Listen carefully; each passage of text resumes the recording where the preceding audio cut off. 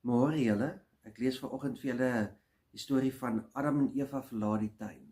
Genesis 3. In die middel van die tuin van Eden het 'n baie spesiale boom gestaan. God het vir Adam gesê: "Jy mag nie die vrugte van hierdie boom eet nie." In die tuin was daar 'n slang wat graag kwaad gedoen het. Die slang sê toe vir Eva: "As jy die vrugte van hierdie boom eet, gaan jy net soos God word. Jy sal alles weet." Die vrugte van daardie boom was ryp en sappig. Eva het een gepluk om daarin te proe. Sy gee dit toe vir Adam en hy eet ook daarvan.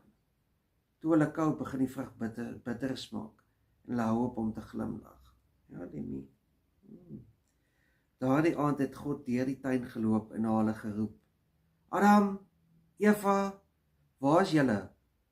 Maar Adam en Eva het weggekruip. Hulle was bang want hulle was ongehoorsaam aan God. "Hoekom kruip julle van my weg?" vra God. "Het julle van die boom in die middel van die tuin se vrugte geëet?" "Eva het my dit laat doen," sê Adam. "Die slang het my dit laat doen," sê Eva.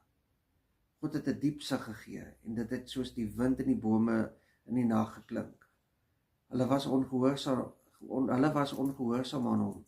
Hulle sê nie eens dat hulle jammer is nie. God het die slang gestraf en Adam en Eva moes uit die pragtige tuin weggaan. Van toe af moes hulle hard werk om kos te kry. Maar God het hulle nog altyd lief gehad. Hy het hulle beskerm waar hulle ook al gaan. Ja, Demi, Papa God sal ons altyd beskerm, ja? Ons moet net bly glo. Liewe Here, help my om te doen wat reg is en dankie dat U my lief het, selfs al doen ek iets verkeerds. Ja, Papa God sal ons altyd lief hê. Baie dankie dat julle gekyk het en mag julle 'n geseënde week hê. Bye. Bye.